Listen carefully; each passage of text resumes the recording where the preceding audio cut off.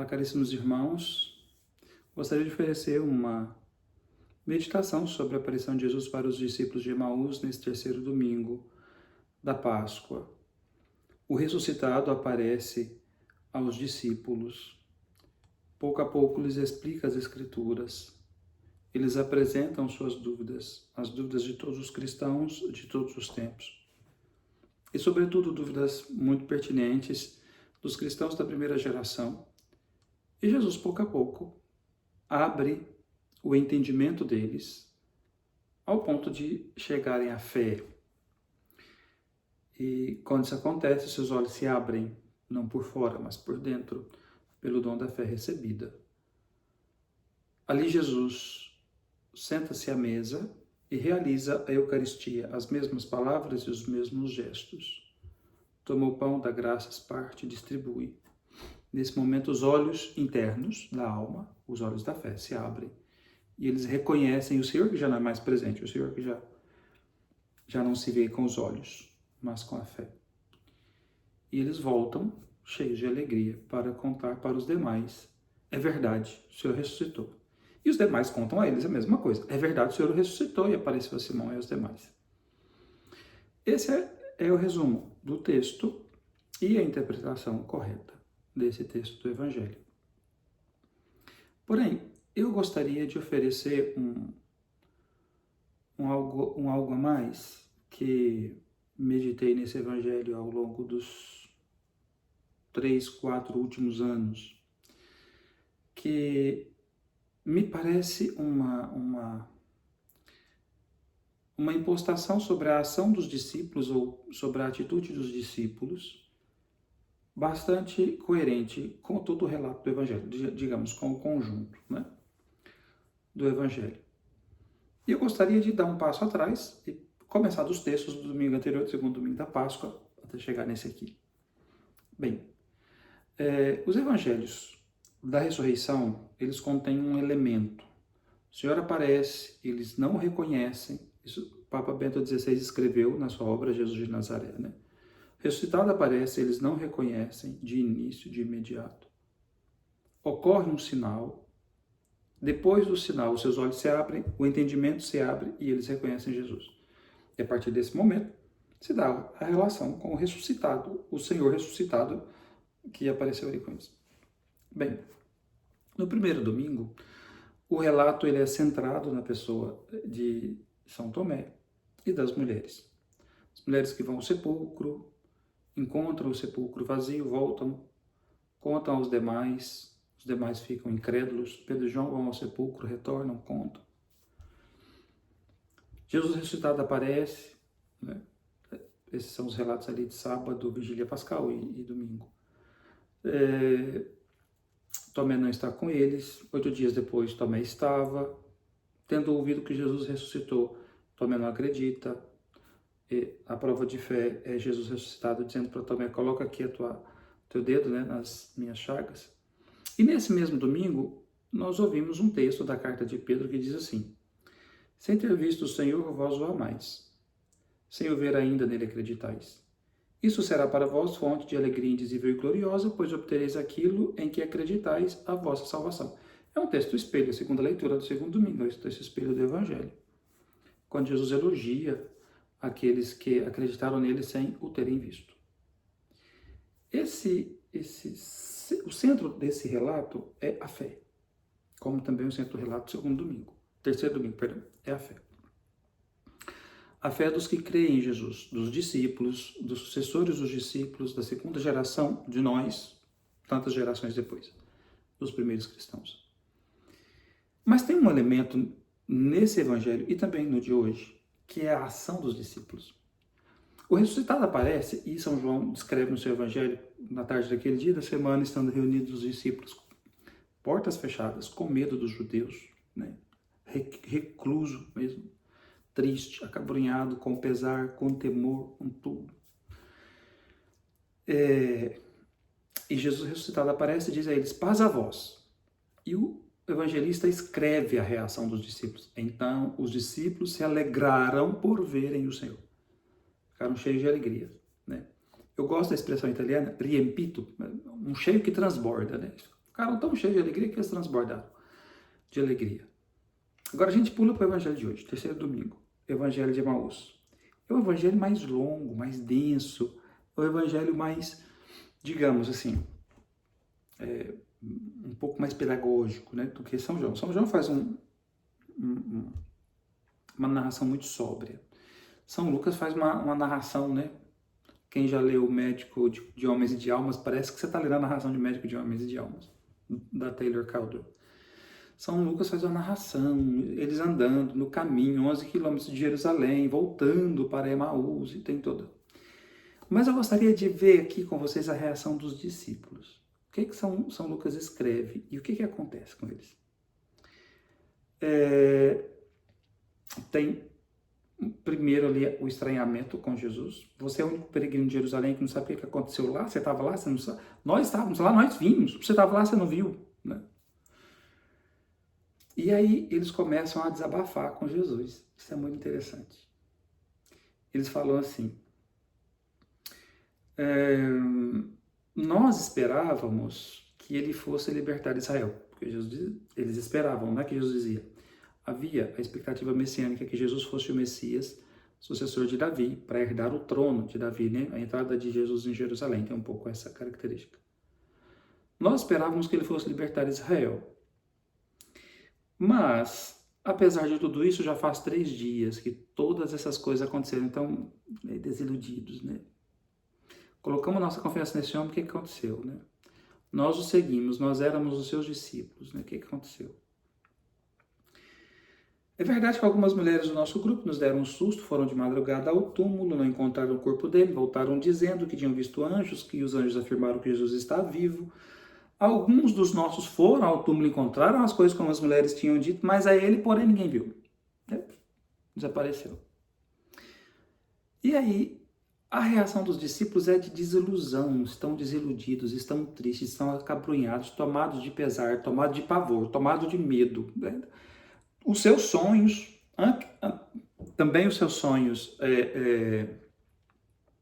de ver Israel liberto das mãos opressoras do Império Romano, todos crolaram, né? Todos desmoronaram. Eu gosto dessa expressão italiana, crolar, é desmoronar, cai tudo, né? Uma montanha aqui, desmorona, né? Todos os seus sonhos desmoronaram. E eles foram embora, desiludidos, né? Desiludidos. Isso é muito interessante porque muitas vezes a vida do cristão é isso aí. Reclamar, né? Como os discípulos de Emaús, é reclamar. Ah, meu Deus do céu, minha vida está desmoronando, minha vida, minha família, minha casa, meu trabalho, está tudo desmoronando, está tudo crolando. Jesus prometeu, né? Como eles querem. Jesus prometeu que ia restaurar, que ia fazer, que ia não sei o quê, mas não aconteceu nada. Então vamos embora, voltar para minha vida velha.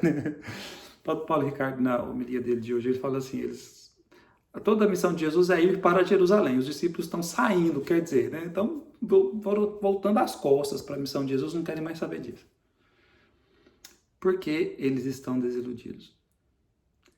E aí, Jesus pergunta, será que o Cristo não devia sofrer tudo isso para entrar na sua glória? E começando por Moisés e os profetas, explicava aos discípulos todas as passagens da Escritura que falavam a respeito dele. E quando, pronto, então explicou as Escrituras, mas não fez diferença nenhuma.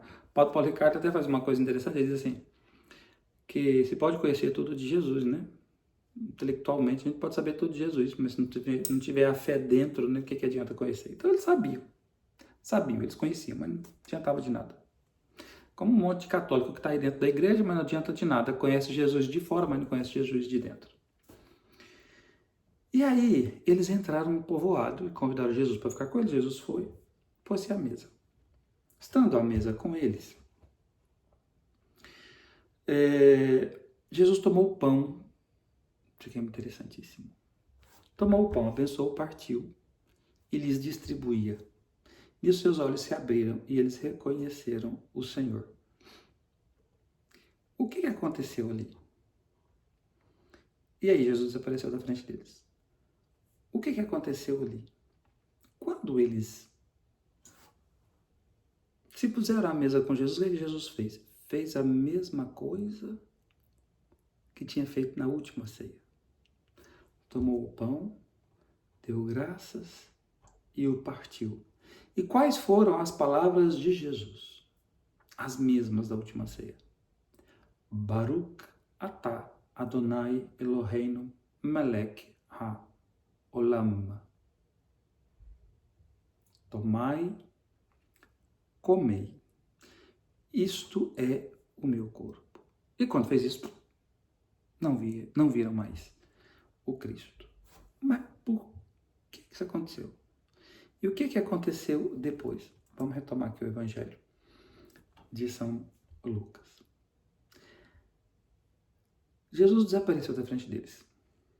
Então disse ao outro: não estava ardendo o nosso coração quando ele nos falava pelo caminho e nos explicava as Escrituras já faziam o trabalho de mover o coração. Depois o Cristo abriu. Mas o Cristo abriu os olhos.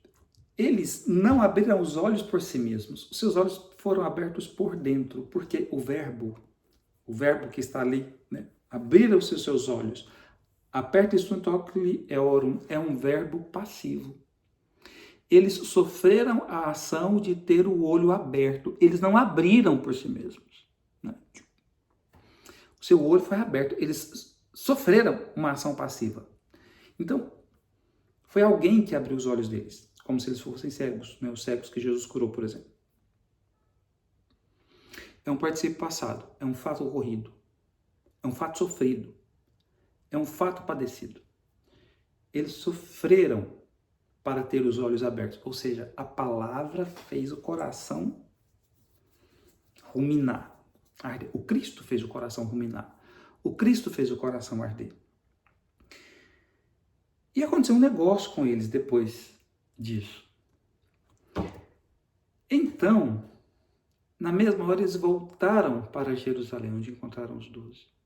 Os olhos foram abertos. Reconheceram Jesus. O que é que eles viram? Porque pensa comigo. Eles estavam acabrunhados, tristes, a vida desmoronada, desiludidos, fracassados, voltando para casa. Virou as costas para Jesus, virou as costas para a missão, virou as costas para a fé, virou as costas para a comunidade dos discípulos. Vamos voltar para a nossa vida antiga. Isso aqui não faz mais sentido para nós. O que aconteceu para esses homens mudarem de ideia? Pegarem, pôr a viola no saco e voltar para Jerusalém. E quando chegaram lá, encontraram os 11 reunidos com outros, que confirmaram a eles: é verdade. Realmente o Senhor ressuscitou e apareceu a Simão. Então os dois contaram o que tinha acontecido no caminho e como tinham reconhecido Jesus ao partir o pão. E eles também disseram: é verdade. O Senhor apareceu lá. O que aconteceu com esse povo? Olha, tem um autor chamado John Ronald Reuel Tolkien, que eu sou fã número 1, que para mim descreve o que aconteceu com esses homens.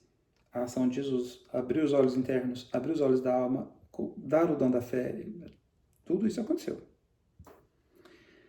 Mas tem uma coisa que aconteceu neles que, digamos, é um plus da graça, não é?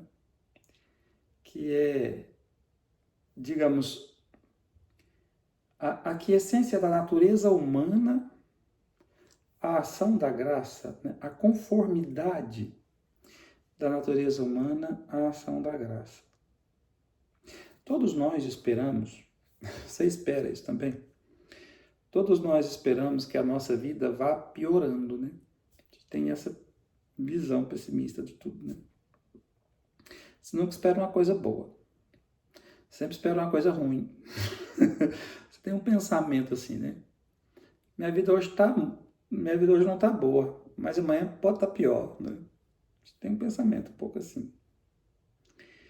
E quando a vida começa a degringolar, quando as coisas começam a dar tudo errado, desilusão, perda de confiança, perda de fé, perda de esperança. Quando você está triste e acabrunhado, que nada é capaz de te levantar. como os discípulos de Emaús, como os 11 reunidos na tarde do dia da ressurreição. O que é que faz mudar tudo? Uma coisa. Tolkien chama isso de eucatástrofe. A eucatástrofe. O que é a eucatástrofe?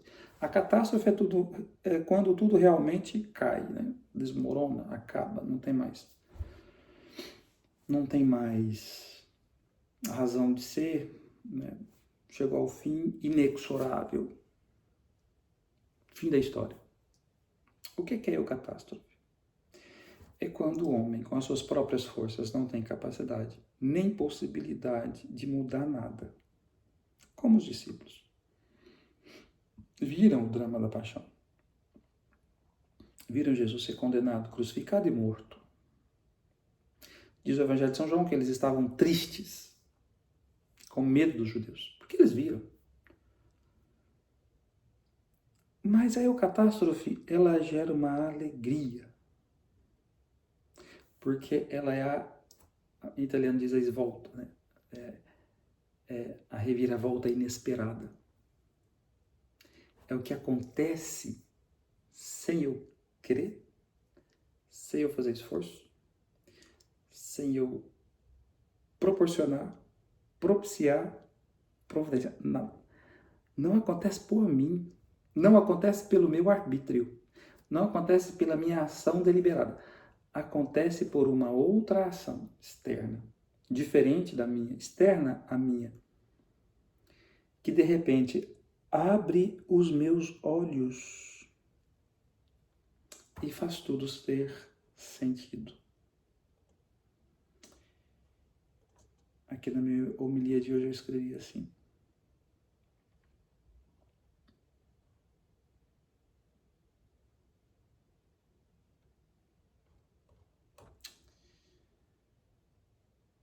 que eles, os discípulos, não tinham mais esperança de nada. Porque perderam tudo, pegaram suas coisas e voltaram para casa. Mas quando a história parecia terminada, é então que tudo começa. E eles encontram tudo aquilo que eles tinham perdido. Encontram a fé, encontram a esperança, encontram a alegria. Eles encontram a razão e encontram o sentido. Tudo aquilo se faz novo. E quando Jesus abre os olhos internos, é como se eles pudessem tocar. São João, na primeira carta, diz assim: nós tocamos o verbo da vida. Esse tocamos com o verbo da vida, a gente sempre interpreta, né, o verbo da vida que nós vimos e tocamos com as nossas mãos, né? Jesus viveu com São João pegou em Jesus na mão, Jesus, Jesus, não! O verbo da vida que São João tocou, que São Lucas tocou, que os dois discípulos de Emaús tocaram, sim, Jesus vivo entre eles, claro, né? Jesus histórico. Mas foi o ressuscitado que lhes abriu os olhos e fez com que eles vissem o invisível e sentissem o intangível, com que eles colocassem a mão na vida intangível, na vida invisível, na vida que não se deixa prender, na vida que não se deixa vencer, na esperança, São Paulo usa essa expressão na carta aos Romanos, na esperança que não delude mai, na esperança que não decepciona, que não machixa, carta de São Pedro. Esperança que não se mancha, que não se corrompe. A esperança que não se deixa vencer, mas que é vencedora. A vida que não se deixa vencer, mas que é vencedora. Essa é a alegria dos discípulos. Eles se alegraram por ver o Senhor. Foi essa a alegria que eles tiveram, porque foi isso que eles tocaram. Não o corpo físico de Jesus. Embora sim, o resultado tenha aparecido fisicamente para eles, eles o tenham visto com os olhos. Mas mais do que isso, é muito mais profundo o que aconteceu com aqueles homens. O que aconteceu com aqueles homens é o que acontece conosco. Quando nós encontramos o sentido da nossa fé, nós vemos aquilo que ninguém vê.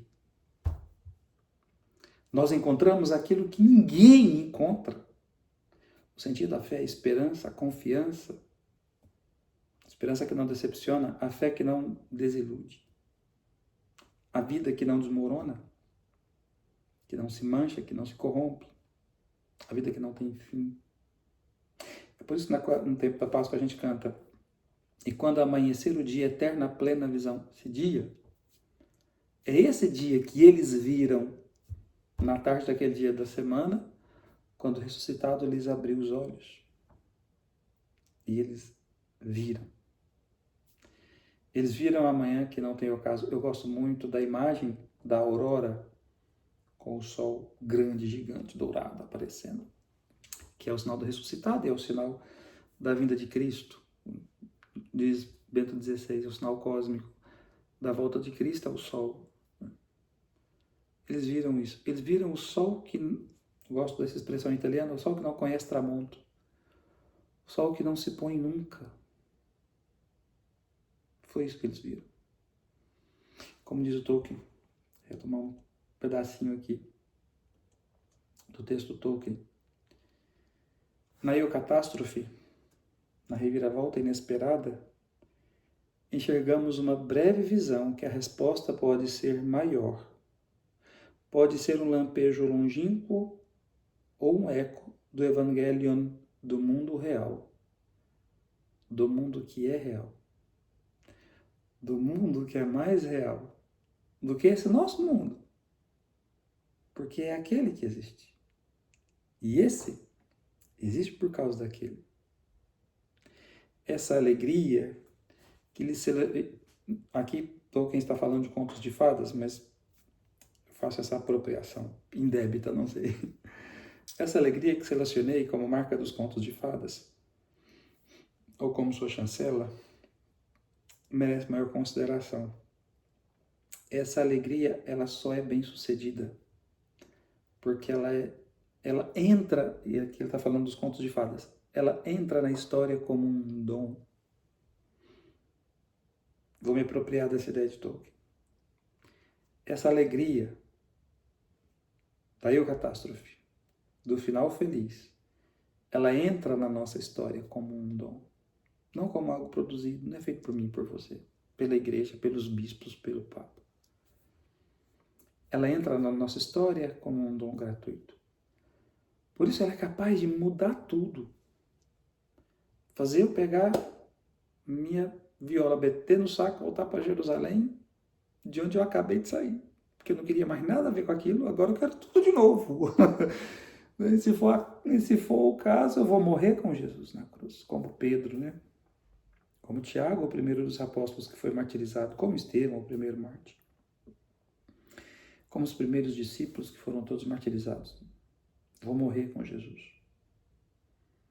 Porque encontramos a alegria. Encontramos a razão de ser. Esse pensamento do Tolkien me é muito caro, né? Sobretudo nesse tempo de falta de esperança no qual nós vivemos, né? De falta de fé, de falta de perseverança, em que a gente sente, percebe, né? Um certo cansaço nas pessoas, também nas pessoas de fé, nos homens de fé, nas mulheres de fé, às vezes presbíteros, bispos, leigos, cansados, né? Sobrecarregados dos fardos da vida, tantos fardos. Pode ser que se encontrem em algum momento da vida interior ali trancados, né? Como os discípulos, tristes, acabrunhados, desiludidos. O Senhor te convida a fazer essa experiência e deixar Ele abrir os olhos, partir de dentro, para que você veja. Ele quer te dar este dom. Esse é um dom do ressuscitado, para que você reencontre a alegria, que faz tudo ser diferente. Fica com Deus.